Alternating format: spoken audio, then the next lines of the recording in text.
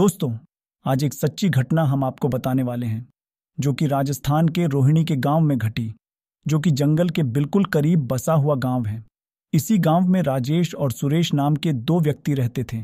दोनों के बीच काफी अच्छी दोस्ती थी और दिन के समय दोनों ही बकरियां को चराने के लिए जंगल में जाया करते थे। इस जंगल में एक इच्छाधारी नागिन अपने नाग के साथ रहती थी और अपनी नागमणि की रखवाली किया करती थी। एक बार सुरेश की एक बकरी घने जंगल में चली गई तो सुरेश ने राजेश से कहा, तुम आज मेरी बाकी बकरियां को घर लेकर चलो और मैं अपने एक बकरी को ढूंढ कर लाता हूं जो शायद जंगल में थोड़ा अंदर चली गई है।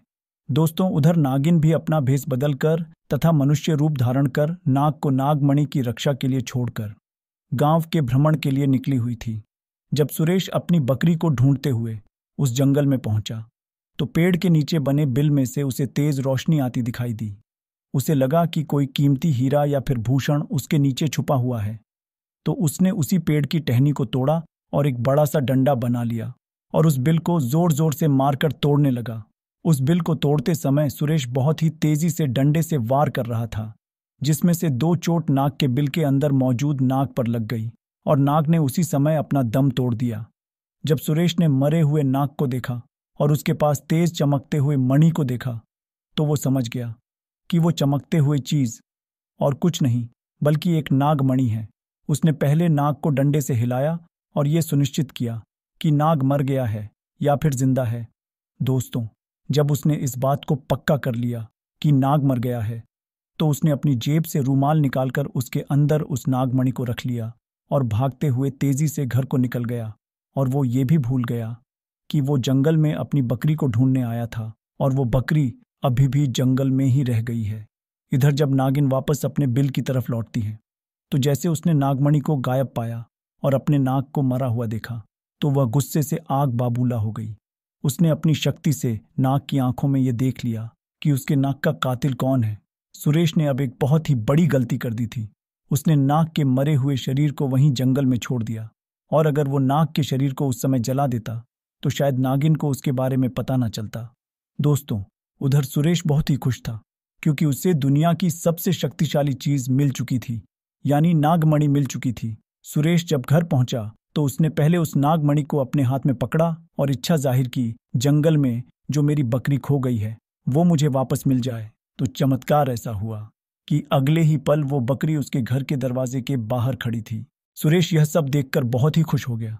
उसने नागमणि की सहायता से अपने घर को ही बदल दिया और अब गांव का सबसे अमीर इंसान बन चुका था, और वो भी केवल और केवल नागमणि की मदद से। अपने नाग की हत्या का बदला लेने के लिए नागिन आग बबूला हो रही थी, परंतु दोस्तों वो विवश थी क्योंकि सुरेश के पास नागमणि था और जब तक सुरेश के पास नागमणि है तब तक सुरेश को कोई नुकसान नहीं पहुंचा सकती थी। दोस्तों, कहते हैं कि इच्छाधारी नागिन बगैर नागमणि के कोई भी रूप धारण कर सकती है। अपने शक्ति का फायदा उठाकर नागिन एक सुंदर कन्या का भेष बना लिया और सुरेश किसी काम से दूसरे गांव जा रहा था तो उसके बीच रास्ते में बैठी हुई और रोती हुई एक औरत दिखी। जब सुरेश ने देखा कि बहुत ही सुंदर स्त्री रो रही है तो दोस्तों तुरंत अपनी गाड़ी से नीचे उतरा और उस कन्या से पूछने लगा कि आप क्यों रो रही हैं। नागिन के भेष में कन्या ने कहा कि मेरा नाम आशा है और मैं अपने पति के साथ दूसरे गांव में रहती हूँ, परंतु कल वो एक अन्य कन्या के साथ शादी करके आ गया और मुझे मार मार कर घर से बाहर निकाल दिया। मैं बेसहारा हूं, मैं लाचारी हूं।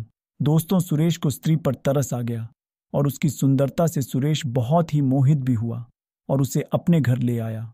धीरे धीरे नागिन और सुरेश के बीच में दोस्ती शुरू हो गई और ये दोस्ती इतनी गहरी होती चली गई कि सुरेश को पता ही नहीं चला कि कब उस स्त्री के प्यार में फंस चुका था।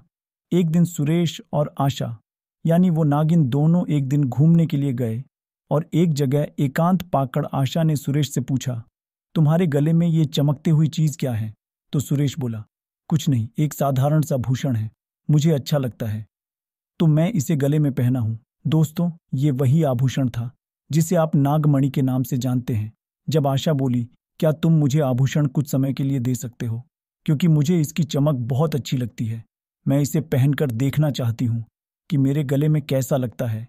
इस पर सुरेश चिल्लाते हुए बोला, नहीं, मैं तुम्हें नहीं दे सकता, इसके बदले तुम जो कुछ खाओगी, तुम मांगोगी, मैं तुम्हें दे दूंगा। दोस्तों, आशा भी एकदम से गुस्सा होकर बोली, सुरेश तुम तो कहते थे कि तुम मुझे बहुत ही प्यार करते हो, अपनी जान से भी ज्यादा प्यार करते हो, और मैं बस तुम्हारे गले के छोटे से आभूषण तो क्या मांग रही हूँ, इसके लिए तो मुझे माना कर रहे हो। और गुस्सा क्यों हो रहे हो? रहने दो, मैं जानती हूँ तुम्हारे लिए क्या ज्यादा महत्व रखता है। दोस्तों, फिर सुरेश ने ना चाहते हुए भी वह आभूषण आशा को दे दिया, और आशा को देते हुए ये बोला, ठीक है, कुछ समय के लिए तुम इसे पहन सकती हो। परंतु ध्यान से आशा के हाथ में जैसे ही वो नागमणि आई, आशा का रूप एकदम से बदलने लगा। केवल एक ही पल में वो आशा एक सुंदर कन्या से एक भयानक नागिन के रूप में परिवर्तित हो गई। उसका चेहरा बिल्कुल नाग सा हो गया, और उसने कई बार सुरेश को डांस और 10 दुष्कर उसे मार दिया। नागिन का इंतकाम पूरा हो चुका था, उसने अपने नाग का बदला ले लिया था। दोस्तों, तब से यह नागिन इस गांव में अपने नाग के लिए 500 सालों से आज भी जिंदा है। इसके बाद से वहां कुछ ऐसी घटनाएं सुनने में आई हैं जिससे सुनकर हर कोई हैरान है। वहां के स्थानीय लोगों का कहना है कि उन्होंने एक नागिन को महादेव की पूजा करते देखा है, और इसके बाद अचानक वो नागिन कहाँ गायब हो जाती है, किसी को नहीं मालूम। जब इस बारे में गांव के मंदिर के पुजारी जी से बात की गई, तो मंदिर के पुजारी का कहना है कि अपने नाग की मौत के बाद सभी नागिन भयंकर रूप धारण करके अपने नाग को ढूंढ रही हैं। तरह से पिछले 500 सालों से महादेव की पूजा अर्चना करती थी, आज भी वही करती आ रही है। नागिन इस मंदिर में आती है और भगवान शिव से अपनी प्रार्थना कर बिना किसी को नुकसान पहुंचाई चली जाती है। आज भी लोग कहते हैं कि तकरीबन 500 सालों से नागिन इस मंदिर में आ रही है। तो दोस्तों, कभी भी एक नागिन के नाग को नहीं मारना चाहिए, और साथ ही नागिन की नागमणि को तो भूल कर भी चुराना नहीं चाहिए, अन्यथा वो नागिन 7 जन्मों तक उस व्यक्ति का पीछा नहीं छोड़ती। दोस्तों, जो नागमणि होती है उसकी रोशनी बहुत ही ज्यादा तेज होती है, और इसका प्रकाश कई किलोमीटर दूर से भी देख सकता है।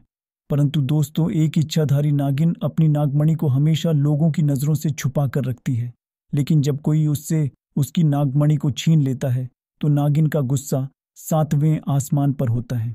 तो दोस्तों, इससे यह बात साबित होती है कि हर एक इच्छाधारी नागिन के आसपास उसकी नागमणि तो जरूर होती है। ऐसा भी कहते हैं कि जब स्वामी नक्षत्र की पहले बारिश होती है तो उसकी पहले बूंद अगर कोबरा सांप के मुंह में चली जाए तो वो सांप अपने मुंह में नागमणि को उत्पन्न करता है।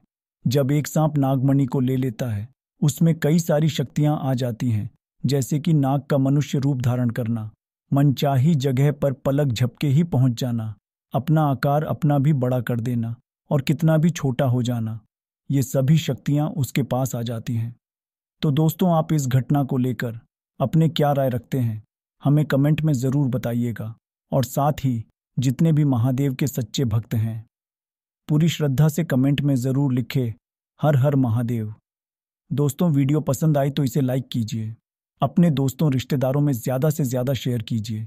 और हाँ, अगर आपने अभी तक हमारे चैनल को सब्सक्राइब नहीं किया है तो उसे भी सब्सक्राइब करके बेल आइकॉन को प्रेस कर दें, ताकि हमारे चैनल पर अपलोड होने वाली न्यू वीडियो की अपडेट आपको मिलेंगे। तब तक के लिए आप सभी का धन्यवाद।